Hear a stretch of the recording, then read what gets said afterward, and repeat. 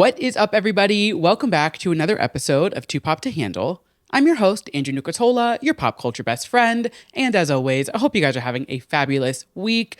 And yes, that sentence does sound insane given the current state of our country. So before I go any further with the show, I just want to send my love and send my well wishes to anybody in LA if you are out protesting, if you are being affected by the insane raids that are going on right now. Please stay safe. Please, make sure you're doing your research and know your rights with everything. I'm going to put some links down in the description of this episode with some resources of anybody if you want to donate or if you just want to educate yourself on what's going on, because it's insane and just so dystopian that we are basically watching a civil war break out in front of our eyes. But I felt like I couldn't start the show on the normal happy note with everything going on. And I just wanted to address it, not get it out of the way, of course, but just make sure I'm using my platform, however big, however small it may be, to just bring awareness to what is going on across the country. And I know there's some protests in New York this week, so I'm hoping, it doesn't get too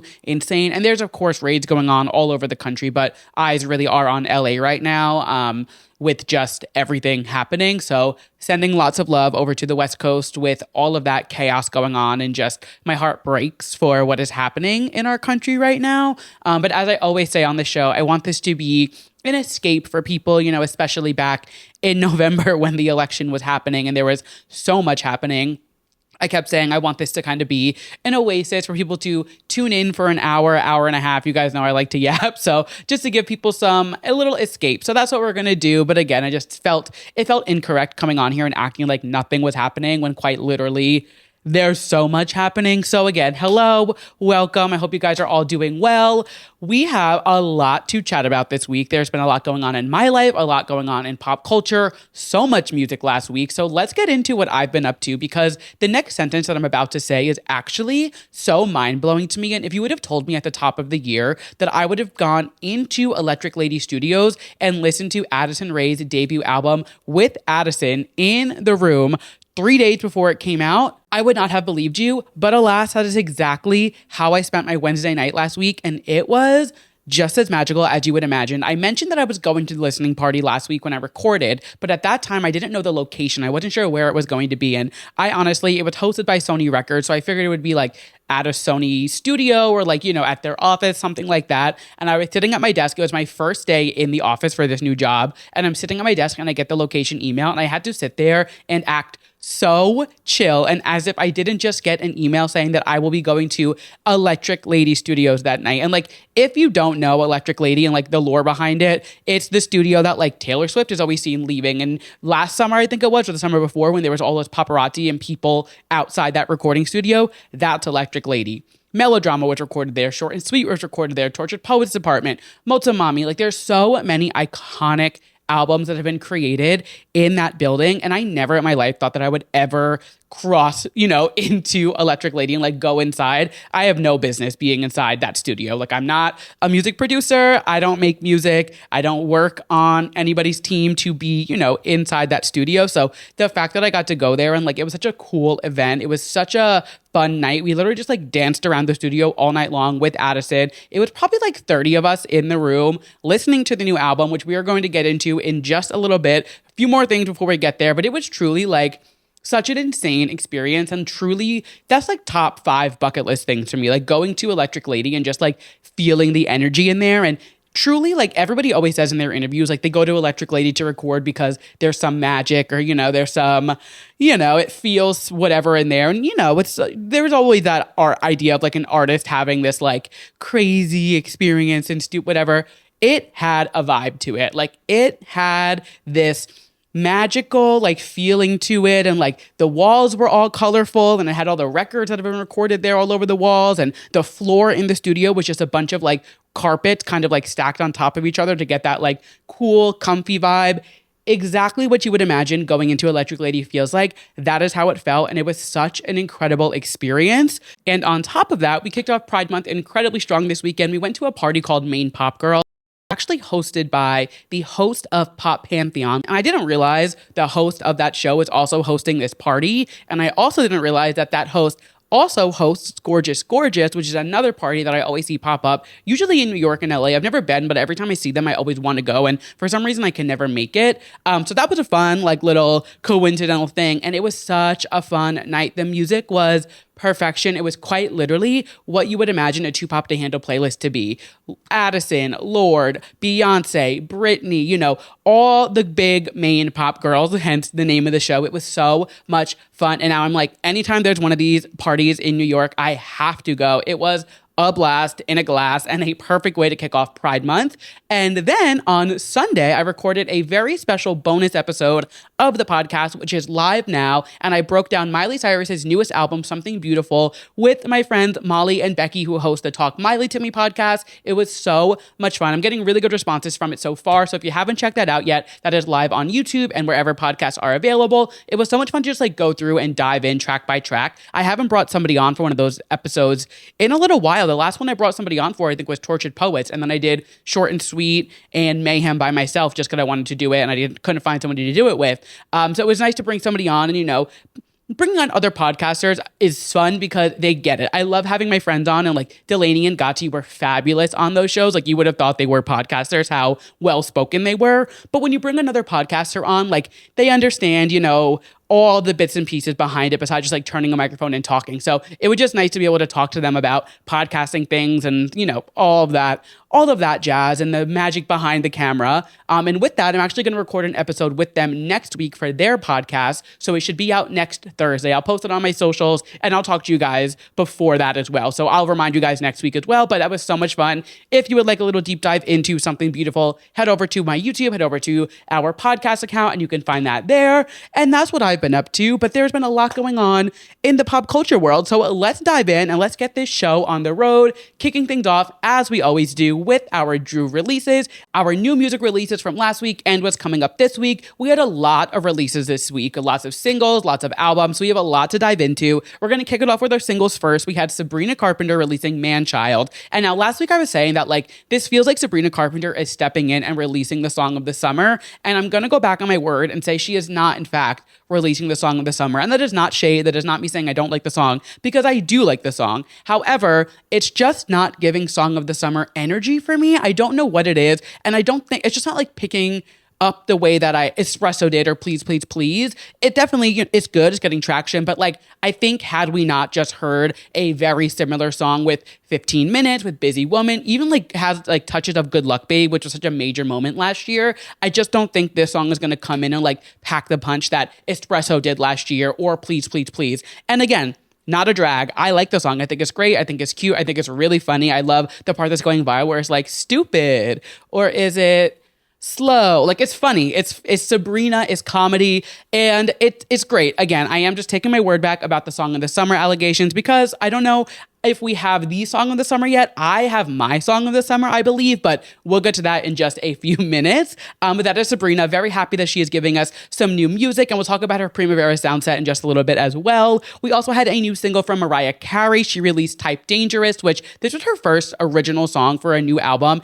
in 7 years, I believe it is. So lots of eyes on this project. She also just got the Icon Award at the BET Awards last night. She's been, releasing her 20th anniversary, I believe it was, of the emancipation of Mimi, and she's got a lot going on right now. So very exciting time for Mariah Carey and for the Lambs. And I've talked about Mariah before. I dabble. I'm not like a full-fledged Lamb, but like I appreciate Mariah Carey. She's Mariah literal Carey. How can, you can't be a pop music fan and not admire Mariah and her work. And I'm this song. It's fun. I was just saying on the episode that I recorded with Molly and Becky that I love when an artist releases a song and they're just kind of talking their shit and like being like, you know what? I am me. I am Mariah Carey. And, she's like, yeah, I'm pulling up. I'm signing autographs. I'm in this car. I'm with my guy. Like, she's kind of just like talking her shit. It has like an R&B hip hop feel to it. It gives us like that old school 90s kind of Mariah, early 2000s R&B vibe Mariah. Really curious to see like what's next for this album and like what she's going to release as the year goes on. So I will keep you guys obviously up to date on that, but very exciting to see a new Mariah album coming this year. And there's just like a lot happening, I feel like, in her world. So very exciting time to be Miss Mariah Carey, as I assume it's always pretty exciting to be Mariah Carey, honestly. And that leaves us with our singles. Moving into our albums from last week, we had 3. First up, we had Marina, Princess of Power. And now, if you've been listening for a few weeks, you know that I was saying when Contissimo got released, I was kind of in. I was like, you know what? I'm going to give this album a chance because I wasn't liking Butterfly and the other single she put out, but I was like, maybe as a full project, I'll get it and it'll click and I'll like be more into it. I think I either need more time or this album just isn't for me. Not to say it's bad per se, because obviously music and art is subjective. So like, I'm not going to come on here and be like, this is a bad album because I don't like it, because that's just a false statement. It doesn't mean it's a bad album. I just don't know if it's for me. And I haven't really vibed with a lot of Marina's music in the last few years. And maybe I haven't given it a fair chance. I don't know what it is. I just can't always get behind it. I definitely need some more time with this album. There are some songs on it where I was like, oh, this is good. I like this. And I enjoyed it, but nothing stuck out to me that I was like, oh my God, this is like earth-shattering pop music, you know? But again, you could be finding earth-shattering pop music on this album. I'm not the, the all-sayer or whatever, but I don't know if this album is for me. I'm going to definitely listen to it a few more times, give it some more fair chances, but as of my first, I think I listened to it twice all the way through, and then I went back and listened to a few of the songs that I liked. Just not 100% my vibe, but maybe things will change. Maybe it'll be a grower, not a shower. You never know. But moving on to our next album, I talked about this last week a little bit, but it was Cynthia Erivo's I Forgive You, which I did get to hear in early listening to it last Monday, which was fabulous. So much fun.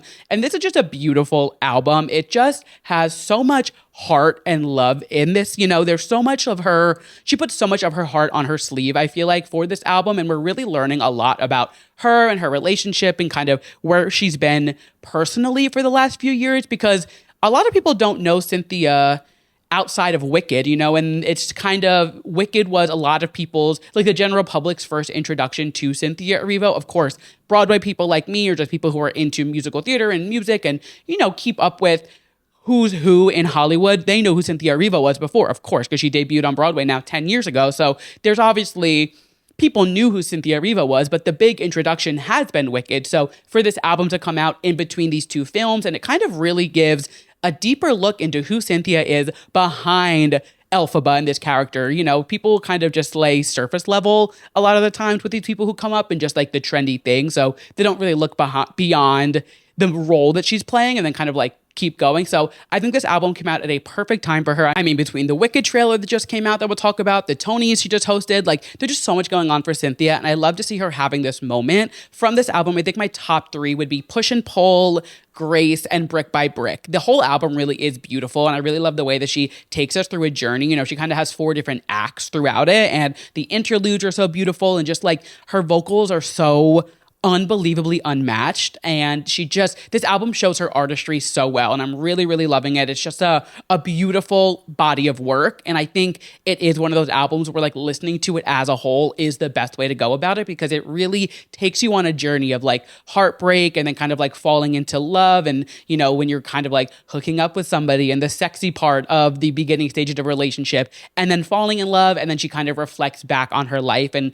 what's been going on. There's so much happening for her, in the last 2 and change years. So it really does take us on like a full journey of her life and her love life, and just like gives us a little look inside Cynthia's life, which is fun and exciting to get in this kind of Cynthia Erivo cyclone of press that we're getting right now. So I'm really excited to see kind of like where this album takes her and what she does with it. I know she has some orchestra shows coming up this summer, so that'll be really fun to see how she kind of changes it up. And she was telling us at the listening party that like when she does those shows, it's kind of like day of, they're like, oh, let's change this, let's do that. And she just gets like lost in the music, which is really cool. And I can see her just kind of like letting herself go and like having the best time on stage. So very excited for her to, dip her toes into this orchestra tour she's doing this summer and give this music another life as she's touring it.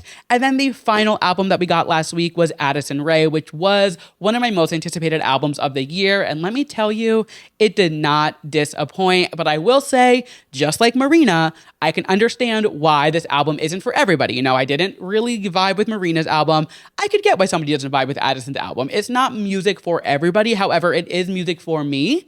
And I am obsessed. It's just fun. I love when music is not too deep.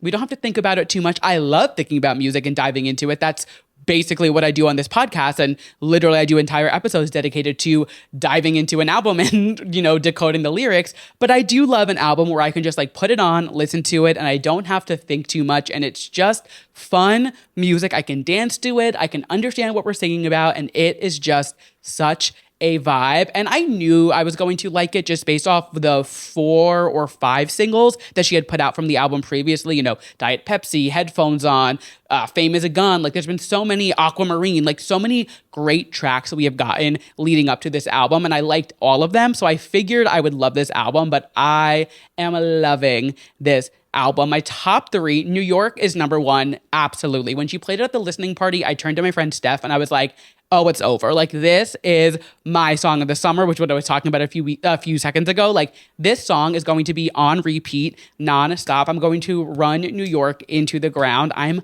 obsessed. So I love New York. I love Fame is a Gun. I love Money is Everything. It's such a good album. I love it. It's so much fun. I can't wait to blast this all summer. I can't wait to hear it at the club. I heard a lot of them at Main Pop Girl over the weekend, and they just play so well on a dance floor. And you guys know, I love a dance floor. I love a night out. Give me a tequila soda and a disco ball, and I am the happiest boy in the world. So loving this release. I'm so excited that we finally have a full project from Addison, and like the world is kind of taking it and like understanding it, Obsessed, cannot get enough. And that is our Drew releases. I have nothing on my radar this week coming up. I'm sure something will probably get announced. People love to do these last minute single drops and whatever it is these days. But I looked before I started recording. I had nothing on my radar coming up, which I'm fine with because, again, I did get a lot of music this week. So there's still a lot to digest. And I still have Something Beautiful on repeat. I still can't stop getting over that album. So definitely my music docket is full right now. So I'll take a week where, not too much to talk about. But if anything does come out or get announced or released, or if I miss something, we will talk about it next week. Otherwise, we'll just keep this ball rolling, which is what we're going to do now. And before we hop into our moments from the week that were just too pop to handle, our pop culture rapid fire, I just love to remind you guys that it costs $0 to leave a 5-star rating. It is the best way to help the show. If you could just go over to your Apple Podcast app, your Spotify app, give me a 5-star review, give me a 5-star rating. If you're on YouTube, drop a comment, hit subscribe, give me a thumbs up. All the buttons. There's so many ways to help support the show, and it would mean the world to me. So thank you to everybody who has been leaving reviews or has been leaving me ratings. I'm really appreciating it. I'm feeling the love. So let's keep that review party going. Let's keep this momentum. It is Pride Month, so what better way to, show your pride than supporting your favorite gay podcaster, which is, of course, me, right? Like, it's got to be, duh. All right, enough about me. I really just crack myself up sometimes on this show. I sit here with my microphone in the living room by myself, and I'm like, this is comedy hour, and I'm the one laughing. And you know what? If that's all that I get out of this, fine by me. But we have some things to cover, so let's keep this show on the road. We are hopping into our moments from the week that were just too pop to handle, some pop culture rapid fire, kicking it off with Primavera Sound, which happened in Barcelona this weekend. Very exciting, huge lineup. I mean, Charli XCX, Sabrina Carpenter, Chappell, Roan headlining. Huge. That is literally who dominated the summer last year. So for the 3 of them to still have this moment this year and to just, keep that momentum going without an album or anything coming out since last year, very cool to see and very exciting that they're still having this momentum. Friday night it kicked off with Charli XCX, and it was actually the day before 1 year of Brat, which was so full circle, for everybody, and crazy that Brat had only been out for a year. And it actually served as the Sweat Tour grand finale. So Troye Sivan and her did their Sweat Tour show together for the final time. They actually had no European date, so very exciting that they finally got overseas and were able to do the show there. It looked fab. It was great. I loved the Sweat Tour. I had the time of my life when I went. Such a good show. The Troye and Charli just have such a good dynamic, and you can tell there really is a more than just a friendship. They're musical soulmates almost, and they really just get each other. And the 2 of them going on that co-headlining tour just made so much sense.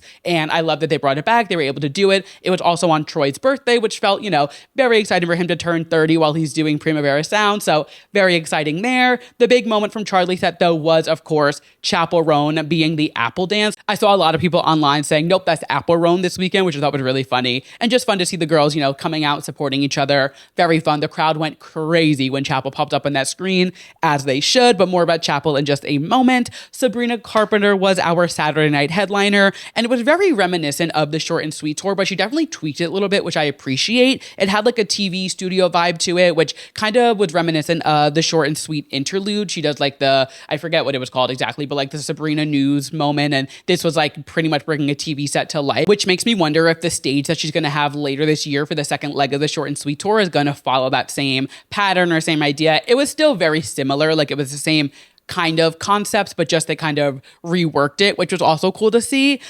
She did the Man-Child live debut, of course, which is so exciting. And then we also got a new mashup. Obviously, she went crazy viral last year at Coachella and Gov when she did Feather and Love Fool, which I loved. This time around, she did Bedcam mashed up with Genuine's Pony, which is just so naughty. I was like, ooh, she's really going for it, which we love. One thing about Sabrina Carpenter, she's not afraid to go there. And I love a pop star who will just go all for it. And that's exactly what Sabrina does. She also gave us a cover of It's Raining Men, and she sounded incredible. Like, she always sounds great, but like this cover just fit her vocals so well. And I was like, you better sing, bitch. Like, she sounded great. She looked great. Just all around fabulous for Sabrina. And I'm just so happy to see that she's still riding this high of, I mean, I feel like it really kicked off with Emails I Can't Send, and then the Eras Tour, and then Short and Sweet, and Express, everything really has just been like coming up Sabrina. So I'm loving to see that there's no sign of it stopping anytime soon. And then the final headliner of the weekend was Miss Chappell Roan, which, I mean, the fact that Chappell still hasn't given us another album and is still performing as well as she does, not on stage performing, but like numbers wise and pulling the crowds, like it's so impressive, and just goes to show that like she really has an it factor. People are so obsessed with the rise and fall of the Midwest Princess. They're so loving Good Luck Babe. And, there's just like such an excitement and like a fandemonium around Chappell Roan. And this set was sick. The stage was so cool. Like, it was just incredible. And like, to see Chappell Roan now have the money from the last few years to be able to put into a stage show. She always, had her costumes and went all out, but like, she wasn't doing these big, crazy stages. For her to finally be able to like put on a fully produced show, like, I feel like we're going to be getting some Gaga level performances over the next few years. And like, she's just really going to be bringing it to the stage. And like, again, not to say she wasn't bringing it before, but like, now that the like Good Luck Babe and Rise and Fall of Midwest Princess, money is coming in, I'm like, oh, she's using that money into these performances. I mean, look at her VMA performance from last year. She had a whole castle on stage. Like, she is really just diving into this entire idea of like bigger and bigger and bigger, and I am obsessed. She also performed The Subway again, which she debuted at Gov last year, and she said that this is a new one. It's called The Subway, and you'll be able to listen to it all the time very soon, which kind of alludes to an album or another single coming. Of course, we got The Giver last month, or April, I want to say. Yeah, it came out like the beginning of April. Whenever that came out, I don't know, whenever The Giver came out. But we've gotten The Giver this year, of course, and then it's kind of been, all right, whatever, nothing else from there. But she is confirming something is coming soon. So whether it's just The Subway as a single or maybe an album announcement later this year, who knows? We will see regardless. I'm excited, and it's just so cool to see her continue on this up and up. And then the final thing about Primavera Sound, I love to see Sabrina Carpenter at Chappell set doing the Hot to Go dance. Again, just seeing all the pop girls supporting each other and being there, to cheer each other on and loving each other and truly like being into each other's music and not just like commenting on something online. It's fun to see. It's nice to see. And I love that we can all kind of coexist, in this space where once upon a time in pop music, the pop girls wasn't always that way. They weren't always coexisting together, and there was a kind of some jealousy and some shade being thrown. And, it's nice to see that they all can coexist and have fun, and they all understand their role in pop music and pop culture as it falls. That is Primavera Sound. Very exciting. I love a music festival. On the topic of music festivals, this isn't a story, but Gov happened this weekend, and this is the first year since 2021, since it came back after COVID, that I didn't go. And actually, my boyfriend and I have gone every year since we've been together. And this year we wanted to go. We liked the lineup, but the weather was shitty and it was raining. And actually the one day that we were like dead set on going, we were just going to get last minute tickets on Saturday. It had a rain delay until 4:30, and we could have still went, but then it poured throughout the day. So it just like wasn't in the cards this year. And we've been traveling, we've been busy, and we had a lot going on. So we did skip Gov, but I actually had like 2 or 3 people text and DM me and be like, are you not at Gov Ball this year? Like, is everything okay? I was like, I know, I'm breaking my streak. But last year's Gov Ball was so perfect that like we were like, if this year's isn't as perfect as last year's, which with that lineup from last year, I mean SZA, Chappell, Sabrina, like there was just no way we were topping that. So, you know, it is what it is. But yes, a lot of people were asking why I wasn't at Gov Ball. Nothing, that's why. Nothing crazy, nothing deeper than that. And moving on to the next moment of the week, that was just too pop to handle. The Wicked for Good trailer is here, and my God, I am so excited, but I'm also kind of jealous of everybody who has no idea what's about to happen in this second part of the movie, because the first part of the movie sets the scene and like you meet the characters, you understand like Glinda, Elphaba, Fiyero, Madame Morbo, like you understand kind of, it's like the groundwork, you know, the first part of the movie really lays the groundwork for what's to come in the second part. And like the second part is where shit really gets wicked and like the story like kind of comes about. You know, the first part is kind of just like, oh, here's what's going on, here's laying the scene and like, you know, the groundwork. And then the part two is just gonna like, it's a whole, God, there's so much that goes on and I'm so excited for everybody to see it and just to see it kind of like come to the screen. Of course, we also know there's some new songs in this one. I believe 1 or 2 songs are being added, which I'm excited to get some new music for the second part. But I think what's most exciting for me at least is like, this is where we start to see Oz become Oz in The Wizard of Oz. Like we understand why, you know, the Wicked Witch is like this and things like that. And like we get to see the backstory of what's going on while Dorothy and her crew are kind of going around the Emerald City and everything. Like it's kind of where the two connect. No, it is. It's literally where the two stories cross. So very excited for like everybody to kind of like piece everything together. Cause I remember the first time that I saw Wicked, I was like, it like, as it was all like connecting and clicking, I was like, holy shit, it's all coming together. And I can't wait for everybody to have that same experience. Also, finally getting a little snippet of For Good. So exciting. For Good was actually my first introduction to Wicked. We sang it in my 5th grade choir, I want to say, or maybe my 6th grade choir. I don't remember, but we sang it in my choir in one of those grades. And it was my first introduction to the show. Again, I was like 10. So it had only been out for, I want to say like 2 years at that point, but I was not going to go see it on Broadway. I was so young and it just, you know, wasn't, I was 8 years old.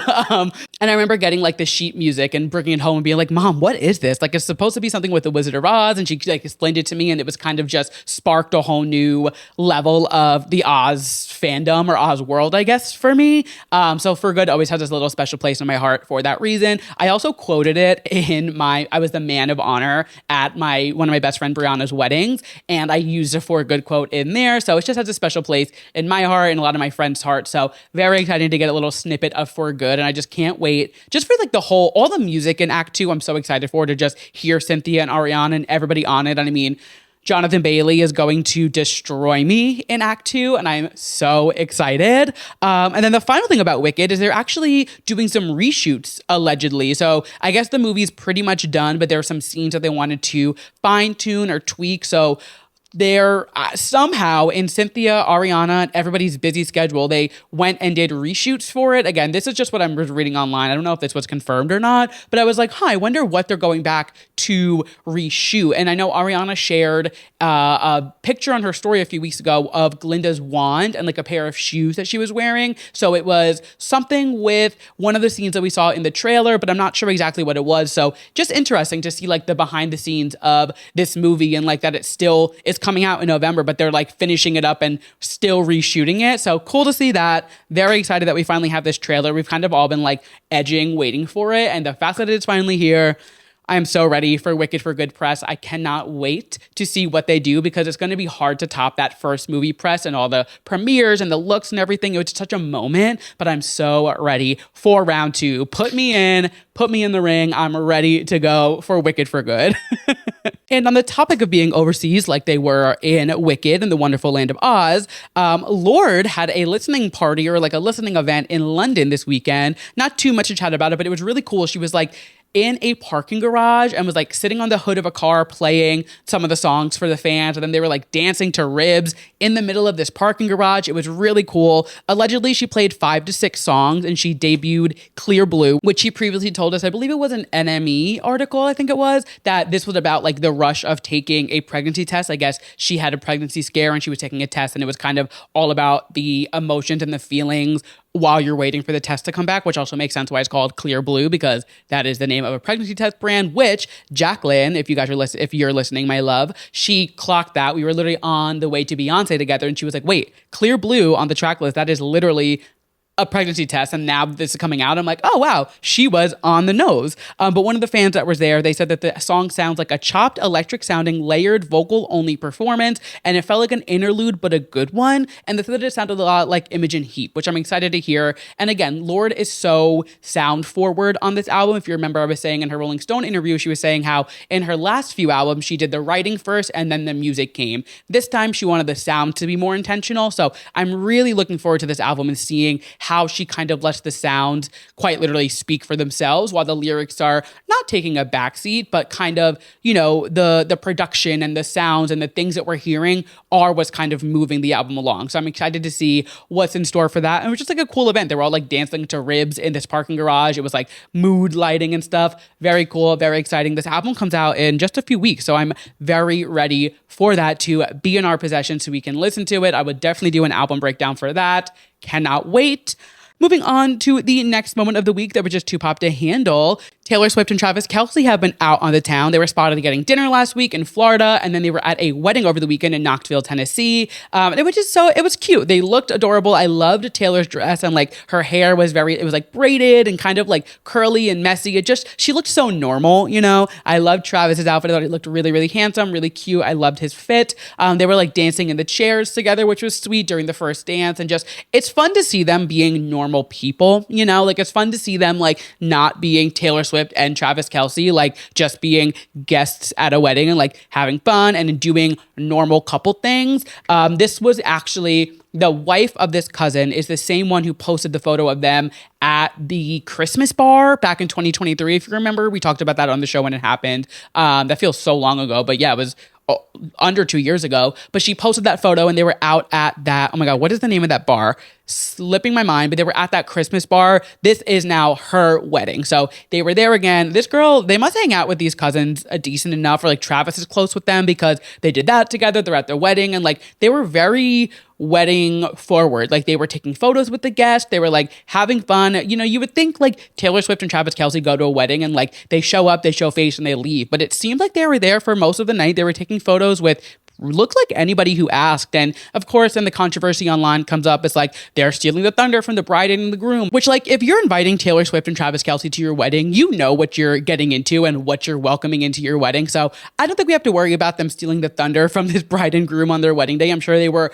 thrilled to say that they had Taylor and Travis at their wedding. But yeah, I thought they looked really cute. And again, it's just fun to see them being normal and doing like normal couple things because so much of their life isn't normal. So to see them just out and about celebrating with his family and doing their thing, we love to see it. They've been very normal lately. I mean, even Mother's Day, they went to that restaurant. Like they weren't in like a private party or anything. They just like went out in Philly with Andrea was there. Dawn and Kelce was there. They were out and about doing their normal people thing. So it's nice to see that they're using this time off to just like live their lives. Love to see it. And then the final moment of the week that was just too pop to handle, a little reality TV news. Brynn Whitfield has officially announced that she will not be returning to RHONY, which, yeah, we could have all predicted that. We kind of knew that was happening after you lied about telling somebody you were sexually assaulted, which I'm not going to get back into again, but we could have predicted Brynn wasn't coming back. So she posted on her Instagram story, it said, a little life update. After a lot of thought, I've made the decision to walk away from reality TV for now. Last week, Hoppy, the dating app that I co-founded and proudly serve as the chief marketing officer, hit a massive download milestone.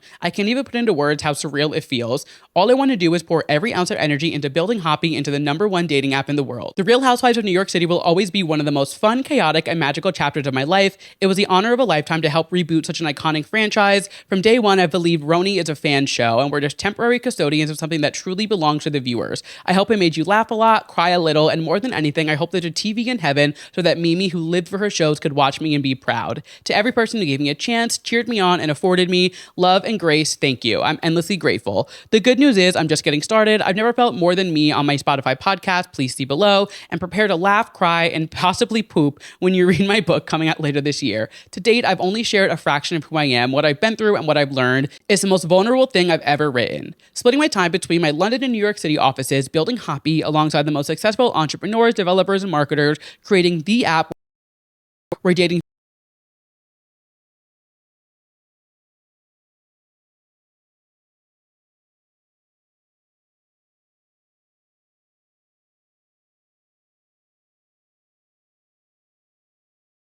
It was to be expected that Brynn wasn't returning after last season, and especially, I mean, the finale and then the reunion and that whole explosive thing. I mean, they literally started the season last year or this year, whenever that was. They started the season with Uba and Brynn having that big blowout and then just kind of built up to it. And it was definitely, didn't paint Brynn in the best light. And, people make mistakes, people say stupid shit, but it was definitely it was not the best show of character. And again, people make mistakes. I'm not excusing what she lied about and what she did on national television. However, it happens. It's in the past. But I'm not surprised to see that Brynn isn't going back to the show. I don't know if it was her leaving as much as it was them kind of being like, hey, we don't know if there's a spot for you after the shit you pulled. Not my circus, not my monkeys. But it does kind of give us an update that like RHONY is coming back to some capacity at some point. And like she said, RHONY is such like a beloved, coveted, iconic franchise that like they can't just let it go. I'm really excited to see what they do next. And like, I hope they just listen to the fans and they bring somebody back or they really cast people. I mean, and this isn't saying in a negative way, Brynn's not a housewife. Like, Brynn's not married, which is fine. You don't need to be married to be on the show, I guess. It's like there's a whole new meaning to being a real housewife. That's not, the point. But a lot of what we loved about the original RHONY cast was like they were married to these rich men and they were able to just like prance around the city and do things and whatever. So I think, it definitely, they tried, they gave it 2 seasons, they did what they had to do, and it is time to uproot it and kind of change it a bit. So curious to see when that happens and who's going to be in the cast and like who they bring over from what they have now, because I feel like Jessel, Erin, I could see them staying, like they could come over. Uba, I feel like is done. I just saw she got engaged, which is very exciting. So I don't think Uba will be back. I just think she got burned too many times on the show and like just not for her. I don't think Jenna will be back. I would love Raquel to come back. I think she was a really cool addition. And as much as I did backtracking, I loved Jenna. I thought she was fun. I just think she would thrive better on a new reality show, which I know she did have that show on HBO Max, but I think now with this new kind of resurgence of her on RHONY, it would be the perfect time for her to get her own reality show or her own competition show or something. I don't know. I feel like she could do something more because she is such a interesting figure, but that is, we'll see what happens when that comes. But I am curious to see like who they bring over from the cast and kind of continue into whatever is next for RHONY. And then this isn't a story, but just very exciting news. And I personally cannot wait. Rachel Zoe is joining the Real Housewives of Beverly Hills, which I was raised on the Rachel Zoe project. I loved her. I adored her. And like the fact that she is coming back to our TVs, I will be tuning in. I will be watching Beverly Hills. I used to watch it back in the day, back when I was watching OG RHONY, back when I was watching Jersey. Like I was a Bravo guy back in the day, and then I fell out during college. So I think I'm going to go back and watch Beverly Hills to get caught up to speed by the time that her season airs, because I loved Rachel Zoe back in the day, so I'm sure I will love her now. Very exciting news there. But again, not much to say other than that, but curious to see what's next for RHONY. Excited to see what's next with Rachel Zoe being on Beverly Hills. And that wraps up our moments from the week that were just too pop to handle. Lots to talk about this week, but not the main show yet. We still have the Tonys. We got to raise the curtain because us Broadway girls and gays, this was such a fabulous year for Broadway, the highest grossing year for Broadway in history, which is so exciting, which obviously meant the Tonys were going to be huge. And I was even talking about when the nominees came out, there were just such an exciting buzz around the Tonys this year, with Audra being on Broadway and Megan Hilty and Death Becomes Her and Nicole Scherzinger, and like so much going on with Broadway that like the Tonys, there was no way it wasn't going to be fabulous, and fabulous it was. So we are going to do a full Tonys recap, which I'm so excited for. We're going to talk about Cynthia, the performances, the awards, the whole nine, kicking it off with the host of the hour, Miss Cynthia Erivo. What a woman. She was so phenomenal hosting this show. She really knocked it out of the park. And like I said at the top of the show, she's having such a moment right now between the Wicked for Good trailer coming out and, that press is going to start rolling out. Her album just came out. Doing that, like, she just had so much going on. And I just love seeing everything coming up Cynthia. So she killed it. She was phenomenal. It was also her 10-year Broadway debut anniversary. She was in The Color Purple in 2015. So for her to be hosting the Tonys now 10 years later year. Such a fun way to celebrate that anniversary. I just thought she was hilarious all night. She delivered the jokes perfectly. She had the perfect timing, the perfect like sense of humor for it. She knew when to pause for laughs. She knew when to keep it going. Like she was just so on it. And I mean, she seemed so personable. And as somebody who literally was spent their Monday night with her last week, like she was so welcoming and so warm and so kind. So everyone just loves her, it seems. And it just seems like she was the perfect person to host the Tonys this year. And very similar to what I was saying with Nikki Glaser with the Golden Globes, we need more women hosts. This is what we want. It's not that hard of a code to crack. Put a woman as a host of an award show and it is immediately 10 times better. Even the VMAs last year, they had Megan Thee Stallion and it was great. They had such an increase in viewership last year for that. And like, it's just, I don't understand why we're still putting men in these hosting positions of these award shows, or straight men at least. Put a gay man up there, it could, go bar for bar, but that is neither here nor there. Let's keep this ball rolling. I thought her George Clooney joke was hilarious, saying he's like a newcomer to Broadway when he's literally George Clooney. I loved that. The Succession joke, saying like, we have all the room for the Succession cast. Hilarious. She just on it. She knows how to deliver the jokes. She was fabulous. I also thought it was so funny that they had her record singing My Way by Frank Sinatra. So if you went over the 90 seconds while you were doing your acceptance speech, it would start like leading you off with Cynthia singing it.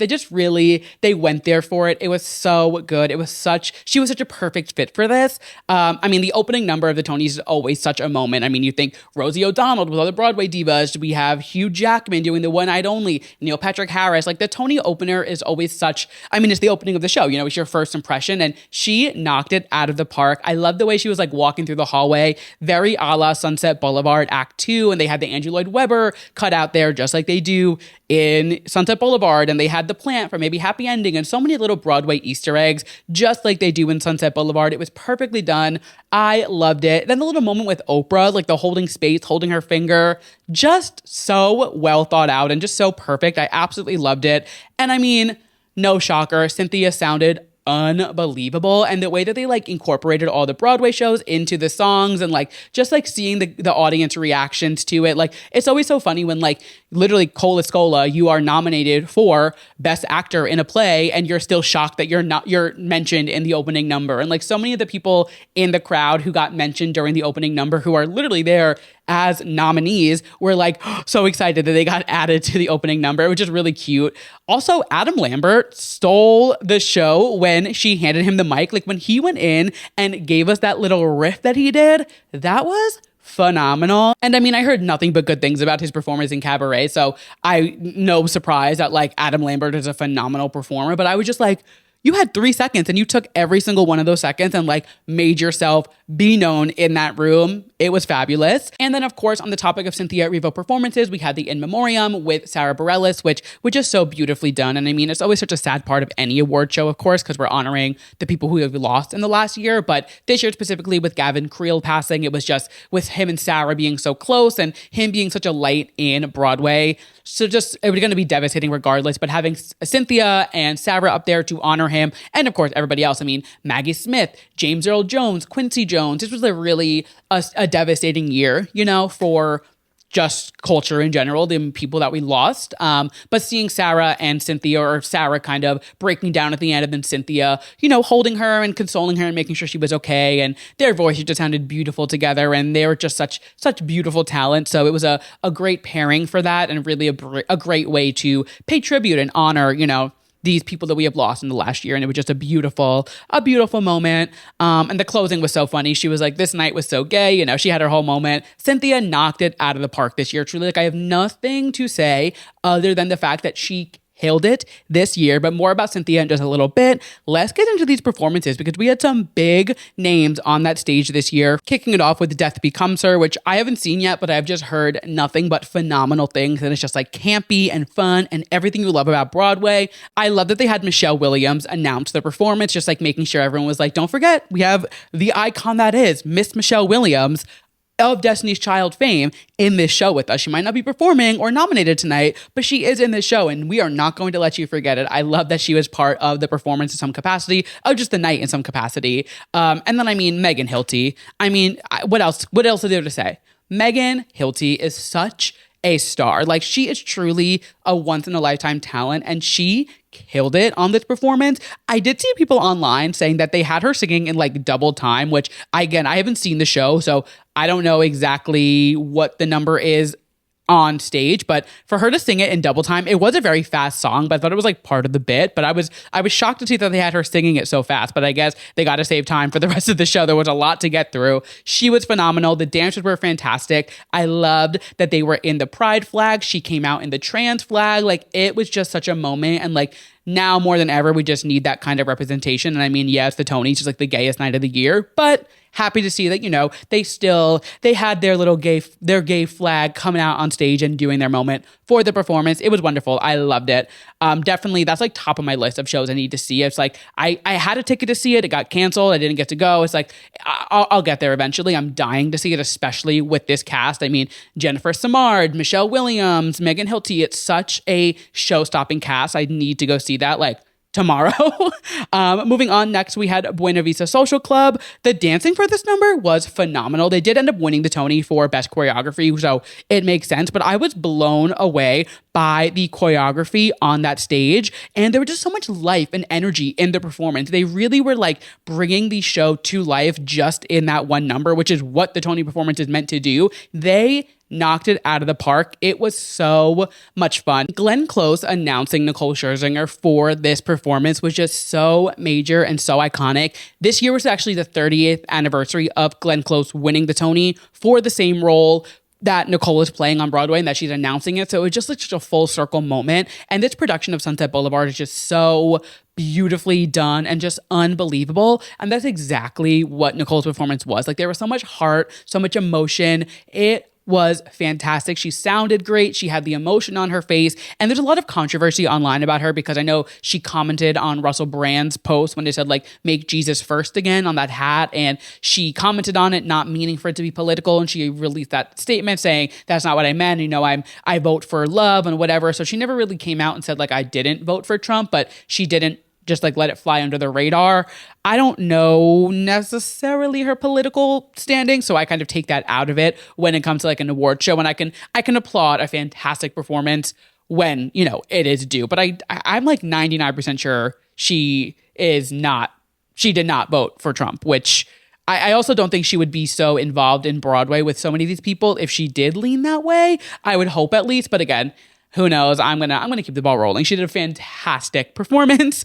Next up, we had Pirates, which just looked so much fun. I was unfamiliar with this show until I heard that Jinx was going to be in it. Had never heard of it, never heard any of the music. It just looked so much fun, and I will always celebrate Jinx Monsoon winning. When I saw her in Little Shop of Horrors last year, I was truly blown away. Again, she just looked like she was having the time of her life on that stage, and I just love to see a RuPaul's Drag Race alumni who is just like on top of the world. You know, she's performing at the Tonys. That is huge. And it looked like the perfect show for her. It looked fun. It looked whimsical. It just looked silly. And that's who Jinx is. Like, at her core, Jinx is fun and silly and has so much perfect comedic timing. Like, she is just so good at acting and being on stage and bringing a show to life. And I love to see that she is still living her Broadway dream and continuing to get booked because it is what she deserves. Jinx Monsoon, you will always be famous. Next up, we had Maybe Happy Ending, which a big night for this show. We'll get into the awards in a moment, but big night for Maybe Happy Ending. And first things first, I just need to come out and say, I will always have a crush on Darren Criss. I thought it was like a teenage thing, you know, with Glee and Blaine and Kurt. It was like me coming out and, you know, seeing one of the first gay couples on my screen, and like that was what it was about Darren Criss. No, I will never not have a crush on that man. Like, there is just something about him that I am so drawn to. And like the Tonys, the whole night, whether the performance, the red carpet, his acceptance speech, like I was like, no, yeah, like I will always be in love with this man. And it was not just a phase. It wasn't just because it was like while I was coming out as a teenager in high school and Kurt and Blaine were like my entire world on Tumblr. Like, no, Darren Criss is just, he just does it for me. And he was, I mean, honestly, one of the stars of the night, but we'll get into him in just a little bit. This performance was so cute. I really, really loved it. It's such a unique show. I mean, they literally are playing robots, and like, it's one of the first shows we're seeing where technology and internet is really being intertwined into the show, you know? Like, it's kind of one of the first, not the first, but it's one of the first kind of catching up with the 21st century and using technology so much within the show. So I'm happy that it's getting so well received. And I thought this performance was really fun with the orchestra coming up and the fireflies. They sounded great. They looked great. Another show that is on my list for sure. I mean, after the Tony Awards, this is going to be a hard ticket to get, but definitely do want to go see it. I saw them actually. I went to Ham for Ham, which is Hamilton's like live performance. If you're not familiar, they do like a live show on Fridays. They used to do it when they first opened, and they just brought it back for the 10-year anniversary. And Darren and Helen were there performing, and they just sounded unbelievable. And even then I was like, oh, these two are really like perfectly cast together. So I definitely need to make it to that show. More about maybe Happy Ending in just a little bit though. Speaking of Hamilton, the next performance we're chatting about is Hamilton's 10-year anniversary performance. Let's just take a moment and like, because holy shit, like that is our family. Like that cast is so engraved in the fibers of my being. Like I ran that cast soundtrack into the ground back in 2015, or 2016, whenever they released the cast recording. Seeing all of them on stage together and performing again, I was literally sitting on my couch in tears. Like it was just such a happy celebratory moment. And like when you think of Hamilton and what it did for Broadway at the time, like it was such a phenomenon, and it still is. I mean, it's still performing 8 nights a week at the same theater and like pulling the crowds, and people love it and are still falling in love with it. But like when you think back to when Hamilton debuted, like it will never ever top what that was. It was so reminiscent of like Rent, where people were like camping outside to get tickets for Rent. Like Hamilton had that same effect, and like seeing it 10 years later with the original cast, like Lynn and all of them up there performing together, and like the Schuyler sisters, and it was just so wonderful. And I mean, Jonathan Groff having his one line coming out and doing his da da da da da, fantastic. And I mean, with Leslie being up there and he's coming back to the show later this year, just like such a moment for Hamilton. And I love that it's like being celebrated the way that it is, because it really is such a once in a lifetime show. And it's just seeing them all up there was so special. And it was, I just loved it. It was perfectly done. I love the mashup. I think they did such a great job at like highlighting everybody in the perfect way. You know, it was like everybody had their moment, and it got through so much of the show, which is, I mean, the show is all music. It's hard to get through the entire, give everybody their moment, but they did such a great job at highlighting everybody when they needed to. So well done. I absolutely loved it. The next performance we're going to talk about is really the performance of the night, if you ask me and most people. Audra McDonald, Mama Rose, Gypsy.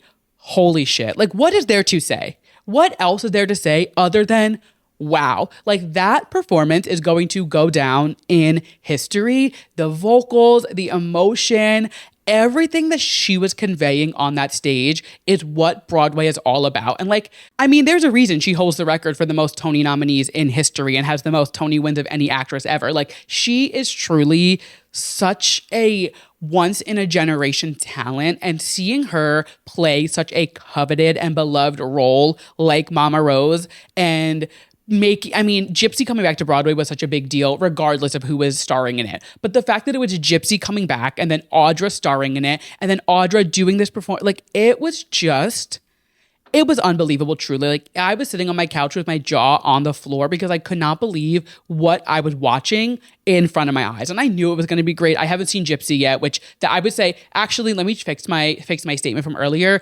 Gypsy is top of my list, then Death Becomes Her. I need to see Gypsy, especially after that performance. It was just out of this world. But we'll talk more about Audra in just a little bit, because I'm sure you can imagine where I'm going with that. But it was show-stopping. It was truly unbelievable. And like being able to say that we are witnessing Audra McDonald in real time. Wow. And then the final performance that we're going to talk about from this year's Tonys is Real Women Have Curves, which has now climbed up the list substantially of shows that I need to see. It was already on my list, but I was like, I'll get to it. I have other shows I want to see. Death Becomes Her, Gypsy, Boop, Smash, like so many other shows. No, this just got immediately bumped to the top. I thought this performance was fantastic. I absolutely loved it, and I'm so glad that they performed this year, because it really just like gave, not that I wasn't looking at it to go see it, like I definitely was planning to see it eventually, but like now I'm like, no, get me a ticket now, get me in that room. This show just looks fantastic. And I loved this performance. That wraps up our performances from the night. Moving into our awards. So what I'm going to do, I'm just going to go through the awards that I originally talked about when the nominees were announced. And as I go through, some of them I'll have things to say, some of them I won't. So I'll just kind of like rattle them off as I go. Kicking it off with the big award of the night, Best Musical, went to Maybe Happy Ending, which, like I was saying, I'm so happy to see that this show is getting the praise and recognition that it is, because it is kind of like a new age idea when it comes to like bringing in the technology aspect of it and everything like that. So to see that it's being so well received and so well done, I'm so happy to see that Darren and Helen are getting their flowers for this show. The next award we're chatting about is Best Play, which went to Purpose, which very well deserved. I mean, they just won a Pulitzer. They like definitely are making their mark on Broadway. I was rooting for Oh Mary, but obviously I'm not going to be upset that another show won. They all deserve to win. They're all fantastic, but very happy to see that Purpose got its flowers there. Next up, we had Best Revival of a Musical that went to Sunset Boulevard, which I absolutely love. So I'm very happy to see that they got awarded for that. Best Revival of a Play went to Eureka Day. Then Best Performance of an Actor in a Leading Role in a Play went to Cole Escola in Oh Mary. And when I tell you, this felt like the entire internet won. This felt so monumental for so many reasons. I mean, first and foremost, Cole is just such a hysterical, hard-working person, and like seeing them get the flowers that they deserve. And I mean, Oh Mary has been an idea in their mind for years, and from their YouTube videos to being, cameos in shows, and they've definitely been like working at this for so long. And to see them finally having their moment, and not only finally having their moment and winning the Tony, but seeing Cole Escola dressed as Bernadette Peters on that stage accepting their Tony, and then thanking Tebow from Grindr. Like, it was so many levels of stupid and hilarious. And I loved every second of it. It was so well deserved. Oh Mary is hands down my favorite thing that I've seen in years. It was hysterical. I talked about it to such lengths on this show when I saw it, because I was just everything you're hearing about it is take that and times it by 3. This show is hysterical. There is not a single moment in the show where you are not cracking up. Like, your cheeks will hurt when you leave. And to see Cole win this award was just so, everything about it was perfection. I was so thrilled. We also saw Sam Pinkleton win Best Direction of a Play for Oh Mary. So huge night for, all of us Mary Todd Lincoln fans out there. Love to see Oh Mary winning in any capacity. Next up, we had Best Performance of an Actress in a Leading Role in a Play went to Sarah Snook for The Picture of Dorian Gray. Next up, we had Best Performance by an Actor in a Leading Role in a Musical, which went to my lifetime crush, Darren Criss, which I'm so happy to see the Glee cast winning in any capacity. I will forever be a lifelong Gleek. But like I said earlier, just knowing that they, like Darren said in his speech, like they took a chance on this show, and like Darren has his kids and his family, and like they all moved so he could be in this show. It was such like a kind of like a make or break moment for his career and for the family. And to see a show that again is so, it's a new age kind of show. It's so technologically forward. To see that, it was just so exciting. And they won Best Musical and this, and it's just, I love to see, celebrating them in any capacity. And then next we had Best Performance by an Actress in a Leading Role in a Musical, which is probably the most controversial award of the night, going to Nicole Scherzinger. Now, again, obviously, I just made my peace with Nicole and everything that went on with the hat and whatever. And I don't think she voted for Trump truly, but people are still holding out on the fact that she made that comment, which totally fine. Like, if that's your prerogative, that is your prerogative. I'm not going to tell you how to digest that. Not my place. However, I just, how do I say this without sounding like a bitch? When you see Audra McDonald do that level of a standout performance 15 minutes before this award is awarded, and then for it not to go to Audra, despite Nicole doing a standout job in this role. Again, I love this show. I think this new production of it is phenomenal, and I really think it is something that everybody should go see, because it is so thought-provoking and artistic, and not everybody's gonna get it, but you can at least appreciate the music and the vocal arrangements and everything on it. Like, it is just so beautifully done. However, when Audra McDonald is starring in the revival of Gypsy, which is famously known as the greatest musical of all time. And Mama Rose is one of the most coveted roles of all time, played by so many icons. Like, it definitely, I was like, oh. And again, not to diminish Nicole's win. And this is kind of how everybody's feeling. Like, yes, of course, we're celebrating Nicole winning. It is a great accomplishment. But everybody was kind of being like we all were under the impression that Audra McDonald was winning her 7th Tony this year. And to see Nicole get it, great, congratulations.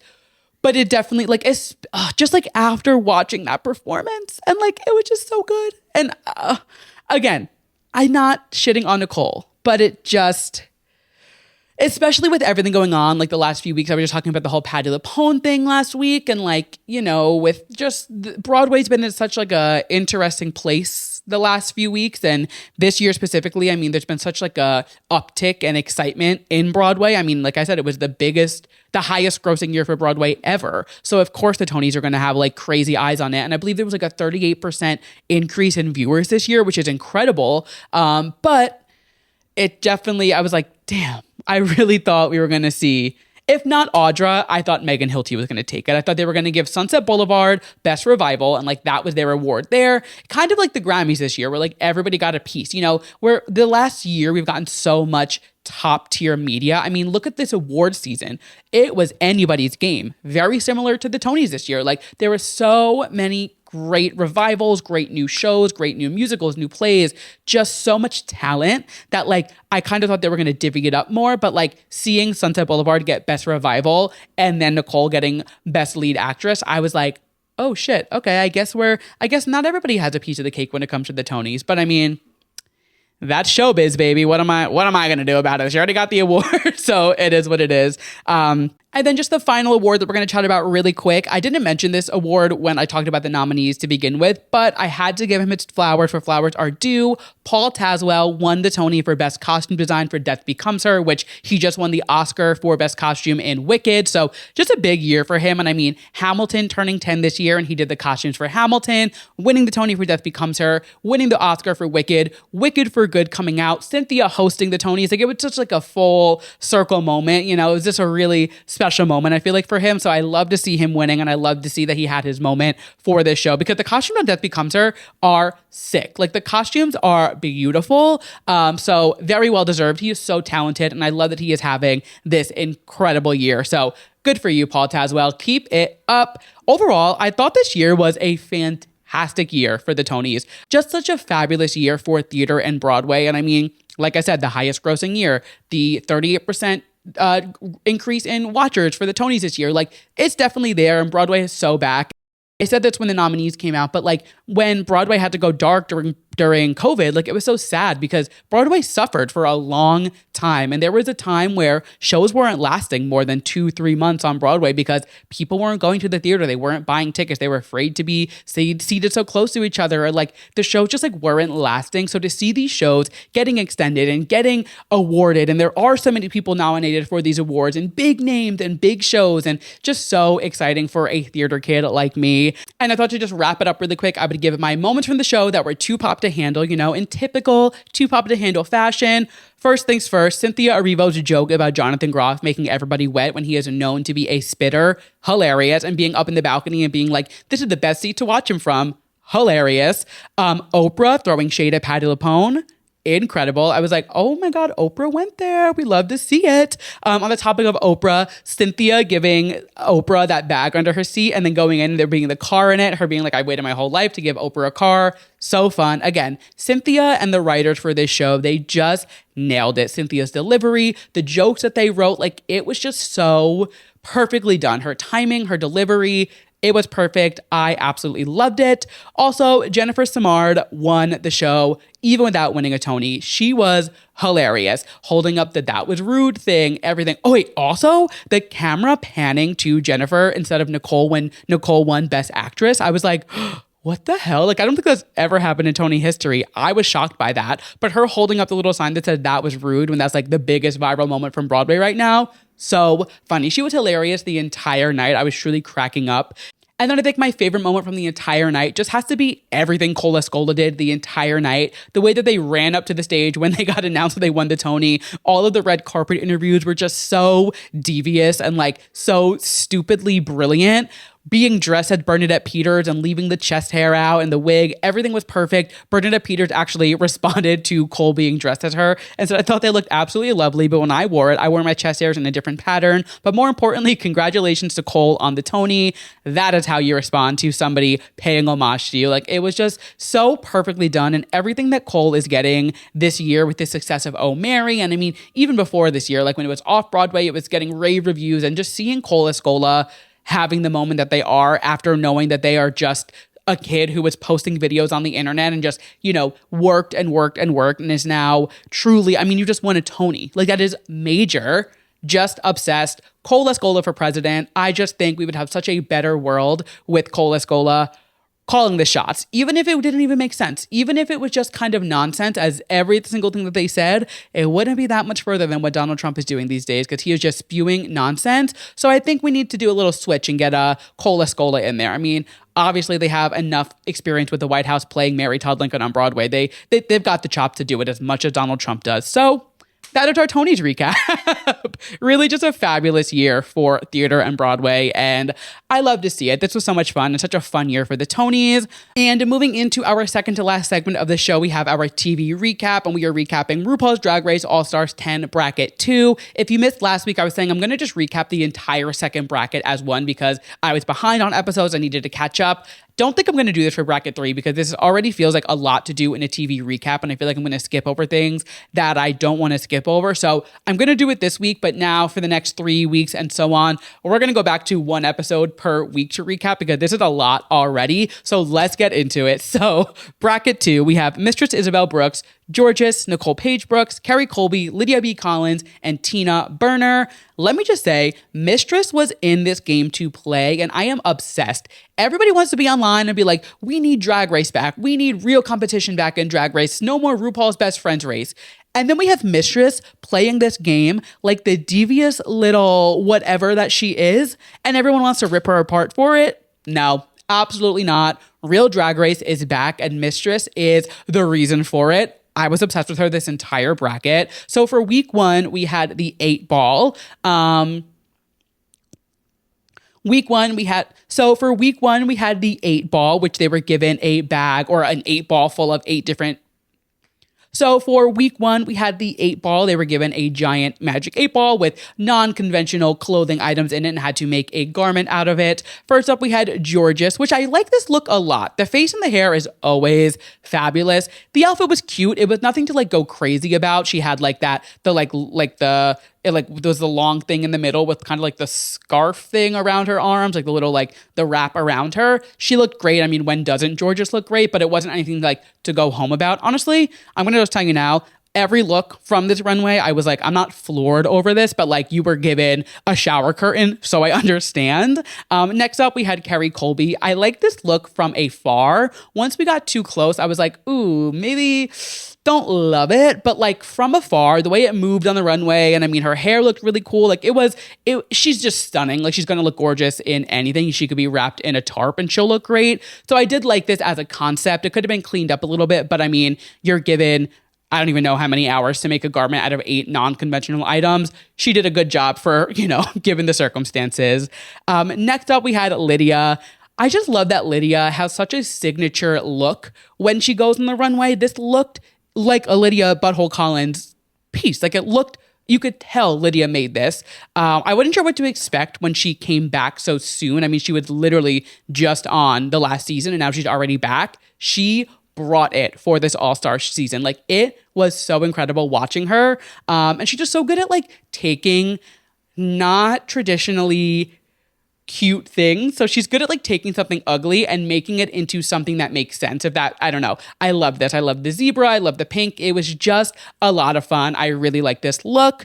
Next up, we had Mistress, another person who could like just sell any garment she wears. She just has like that persona about her that like she puts it on and the garment isn't wearing her. She's wearing the garment. Like she really can sell anything. And I did really like this. It wasn't like the craziest thing in the world I've ever seen, but I did like her look for this. I thought like the purse was cute. I like the leopard print. I did like this look, but again, nothing to go crazy home about.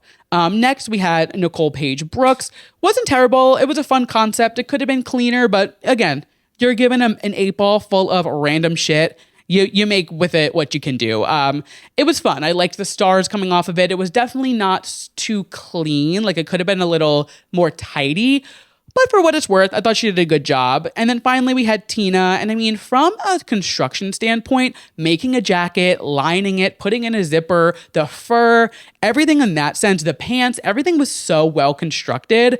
Was it like a crazy great look? No, it wasn't anything like to go ride home about. But from a construction standpoint, like, she had the same amount of time to everybody else. It was very much giving like Utica making that giant puffer coat. Not to that extent, trust me, because that was like mind blowing. But like when Michelle was like, you had the same amount of time as everybody else and you made this and this person made this. Like, that's how I felt with Tina. Like, she did the entire thing while Nicole Paige Brooks had like a bodysuit with stars painted to it, which again, I didn't think Nicole looked bad, but you know, when you compare apples to oranges, it is what it is.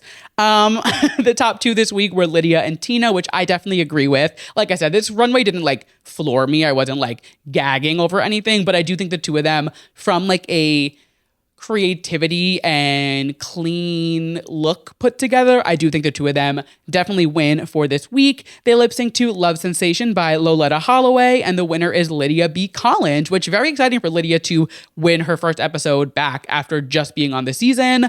Moving on to episode 2, we had the Rap and Roast, and I just need to say, Mistress and Georges kicking the episode off and doing the most mischievous, behind the back playing with these points. I was gagged. The way that they tricked Nicole and Kerry into giving them their points and then giving each other their points and leaving them with 0. Yes, it was shady, but this is what I mean when I'm like, Drag Race is so back with Mistress in that room. And the way Georgia just went along with it, I lived. I was obsessed. I thought it was so hysterical. And again, they're there to play a game. They are playing the game flawlessly. I loved it. So fucking funny. Also, we have Chappell as the guest this week, which is so exciting. I loved her going into the workroom and doing little selfies with the girls. Very cute, very exciting to finally have her on an episode of Drag Race. I feel like it's been overdue since she kind of had her blow up last year. This challenge was so much fun. I really liked it. Tina had so many good punchlines. Like, she really had like good little like zippy one-liners to really like jab the girls with her reads. Nicole Paige Brooks, you know what? I'm going to give it to her. I could hear every word she was saying. She was really just like going in for it, talking about Kerry getting her work done, Georges being in Ross's colon. Like, her reads were definitely like, girl, where did you pull this from? But I was like, you know what? She did what she had to do. I wasn't mad about it at all. Lydia had a lot of really like fine eyes on her, I feel like, because she was so good in the roast last season that this really, she had to bring it. I thought she did really good. You could definitely tell that she was a little not in her element. I do think like adding the rap element kind of adds an extra layer of uncomfortableness, if that makes sense to it. But I do think like her reads were great. And I mean, her reads last season were so funny that I knew she was going to be a shady bitch for this. And she definitely delivered in that category. Mistress, I mean, she devoured. She absolutely devoured this. She was made for this. The lyrics, the delivery, everything about it. Her look being in like the football uniform, it was just so perfectly done. She killed it for this challenge. I loved it. Georges, I will always be excited to see her perform in any capacity. She can step on the stage and read the phone book and it's going to be funny. Like, she just has that comedic timing while also looking stunning up on that stage. This was great. I absolutely loved it. Her reads were hilarious. The whole Nicole Paige Godzilla in a 1-inch heel about Mistress. Like, it was so funny. Ending it with Beast, like the Alyssa Edwards moment. So good. She knocked it out of the park. And then we had Kerry, who just didn't read anybody. Like, she didn't roast a single person. She just was up there rapping. Like, what? I don't know. She looked good. When doesn't she? But I don't know. It was very strange. Moving into the runway, the theme is Little Shop of Horrors. So fitting for a Broadway-esque episode this week for us. Tina, she was dressed as like that Lily. I was fine with it. I didn't love it, but I didn't hate it. I liked the reveal. I thought it was cool. nothing to write home about. Next up, we had Gorgeous, which I really liked this. I thought it was really cool, really well designed, and like just really well put together. I loved like the vines going up and down. I love the Venus flytrap element. This was really, really cool. I also love like the pink in her hair. This was really, really well done. Next up, we had Nicole Paige Brooks, and I love this in theory. It could have been cleaned up a little bit and executed a little bit better. And I also don't think we needed that reveal. Like, I don't think we needed to see what was inside the cactus. I thought if she would have just like stayed in the green and like spent more time cleaning that up and like making it fit her body a little bit better and being a little more fine tuned, it would have been it would have read a lot better. Like, we didn't need you to take it off and show us the inside of the cactus because half the judges didn't even get it, nor did I at first. I was like, what are you doing? But you know what? Nicole Paige Brooks lives in her own world and I kind of live for it. So it is what it is. Next up, we had Lydia. And once again, you will always know when it is a Lydia B. Collins look. She just has such an interesting style and design factor to her. Thought that was really cool. I liked like the little hand puppet thing she had. I like this a lot. Next, we had Mistress. Very different for Mistress. And I appreciate her changing up like the type of outfit. I mean, like the headpiece and like everything about it was just a little bit out of the box for what Mistress usually does. I love the drag element of it for sure. Like, it was such a drag forward look, but I wasn't like gagging over it. But I mean, when you kick ass in the main challenge the way that she did, her look doesn't need to be the top tier best look ever. And again, I did like it. It just wasn't like my favorite thing she'd ever worn. And then finally, Carrie, who always shuts it down on the runway. I mean, stepping out of those wings, unbelievable. And then just being in that little tiny itty bitty like bathing suit, bedazzled, whatever the fuck thing. She looked stunning. The body, the face, everything about Carrie Colby is perfection. And then we find out the top two are Mistress and Gorgeous. Very well deserved. I thought their roasts were the absolute best this week. So definitely a well-deserved win for the two of them. They lip sync to Hot to Go from Chappell, which is very exciting. And then they both win. They shared a point, which I'm fine with them both winning, but like, you could have just given them both a point. I felt like the half a point, I was like, what? Like, huh? Well, you're giving them out $10,000 to every girl every time they win a lip sync, but you can't give them a full point. I was like, this just seems like for the plot, but whatever. It is what it is.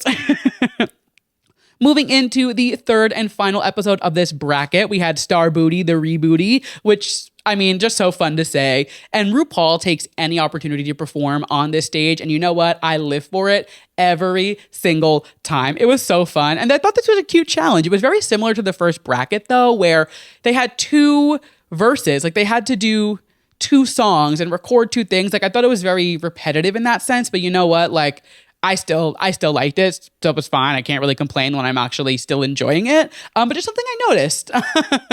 The runway was Wild Wild West. Nicole Paige Brooks, this was so camp, and I actually loved it. Like, it was simple, but also not. I don't know. I was really into this look. I liked it. I enjoyed it. Tina, so well done. It was so well constructed. The rope element and like the way it fit her, really, really well done. And so much like detail in the outfit. I really, really appreciated the care that went into this look that Tina gave us. Next, we had Carrie again. She steps on the runway and she is just shutting it down. She is just so stunning. I loved the big hat. I love like the crystal beads coming down. I love the movement in her pants. Really, really pretty. I really love this. She is made to be walking on a runway. Next up, we had Mistress, who just knows how to dress her body so perfectly. I love this look. I love the flames coming off of it. I love like the cuts that she makes. This was stunning. I really, really liked this. Also a little jab at Tina Burner, which I thought was funny.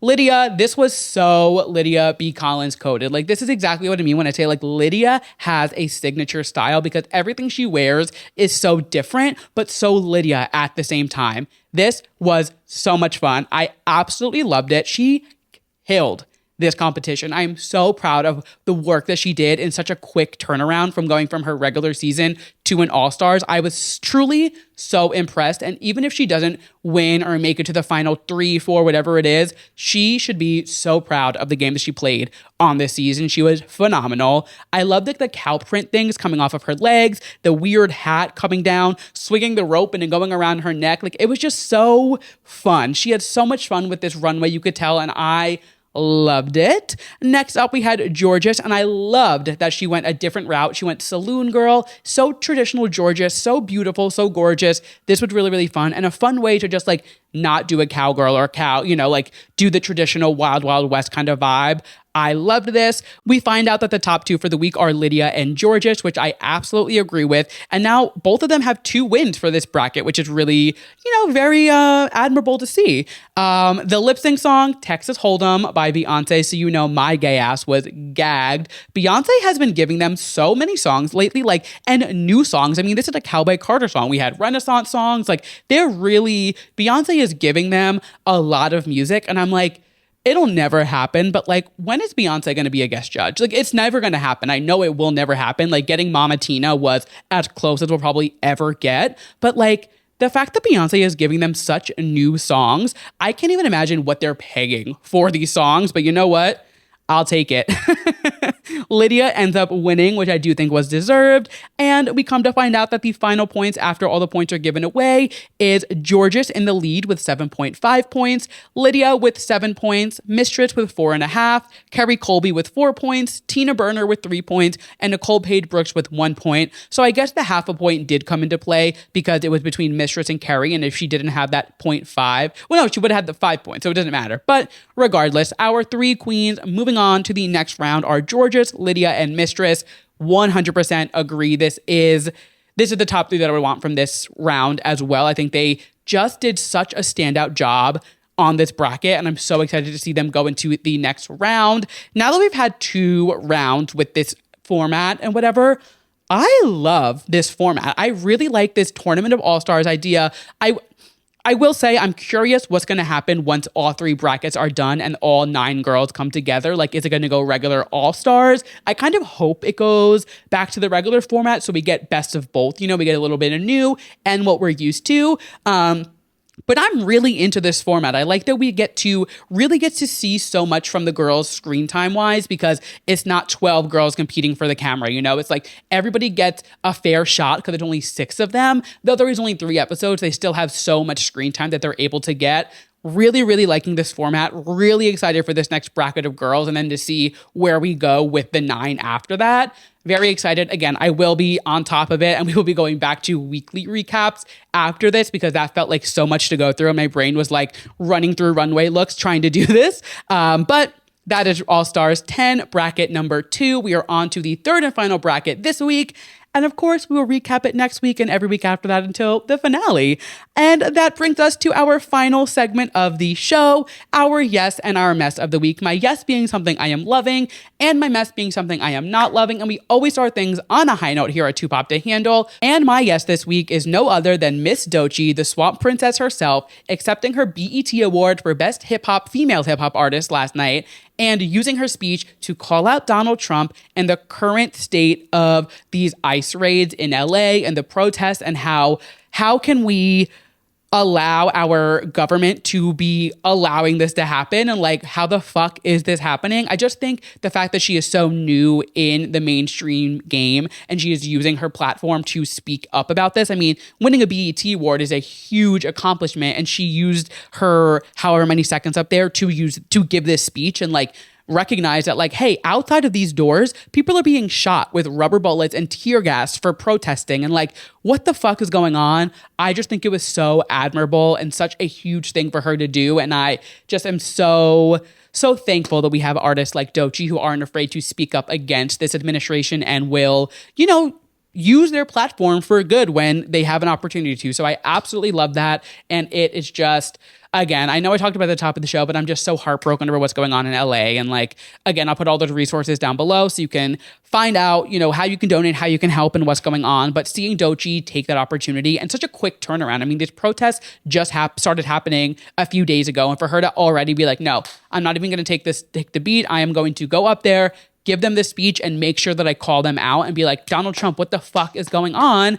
And this is what I mean when I say we should just get Cole Escola up there, because it would be just so much better. We'd have such a fabulous life if Cole Escola was president.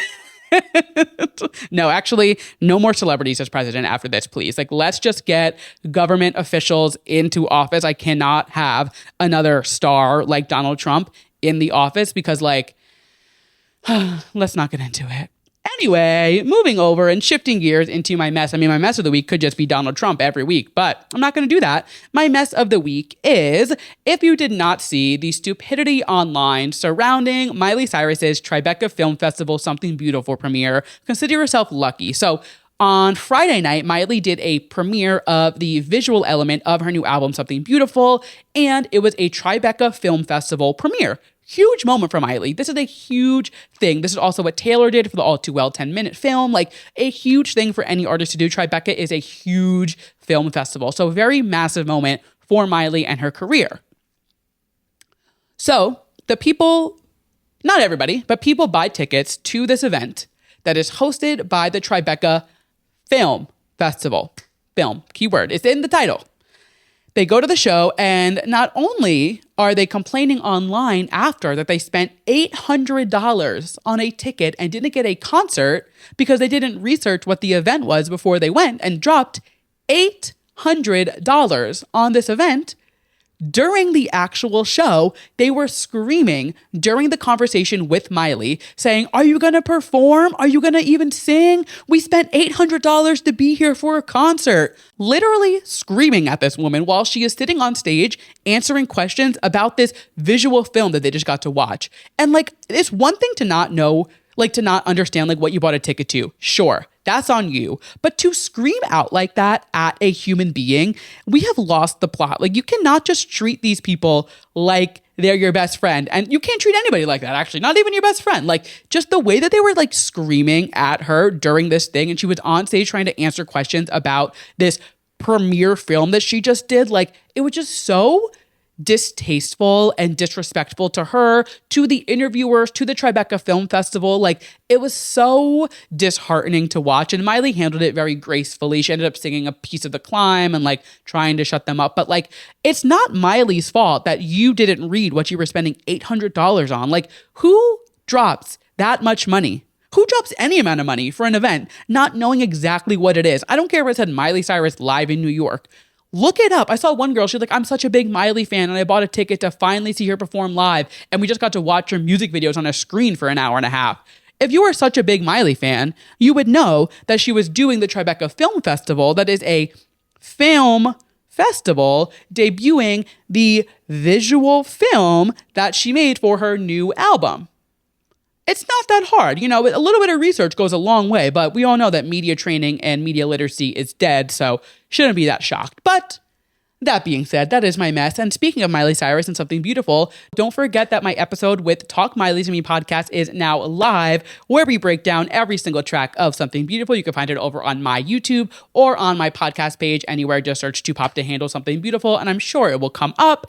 And that being said, we have made it to the end of the episode. Thank you guys so much for tuning into this week's episode of Too Pop to Handle. If you liked what you heard and you're listening to us as a podcast, make sure you go ahead and give us a 5-star rating. If you're watching us on YouTube, make sure you hit subscribe, give us a thumbs up, drop a comment, all of the things. You can actually comment on Spotify now as well. So if any of my podcast listeners feel left out and want to be part of the conversation, you can head over to Spotify and leave a comment there as well. As always, if you'd like to follow us, we are at Too Pop to Handle across all platforms. Shoot me a DM, leave me a comment there. I'm always ready to chit chat with you guys. I love, creating this community with you guys. So shoot me a DM, leave me a comment, whatever it may be. We can chit chat about anything we talked about on the show. If you would like to follow me on any of my socials, I am at Andrew Nucatola across all platforms. And of course, if you would like any extra moments from the week that were just too pop to handle in between podcast episodes, you can head over to toopoptohandle.substack.com. I will have it linked down below, and subscribe to my weekly newsletter Popping In, where I share extra moments from the week that were just too pop to handle in between episodes that just wouldn't fit into the show for the next week. We have a lot of fun over on Substack. I love doing it. And I give you guys a little update on what's going on in my life there before you get it on the podcast. So if you're interested in me at all and want to know what I'm up to, follow me on Substack and get a little extra pop culture, some pop culture moments in your cup, you know? I think that's everything. Yeah, with that, I will catch you guys next week. Bye.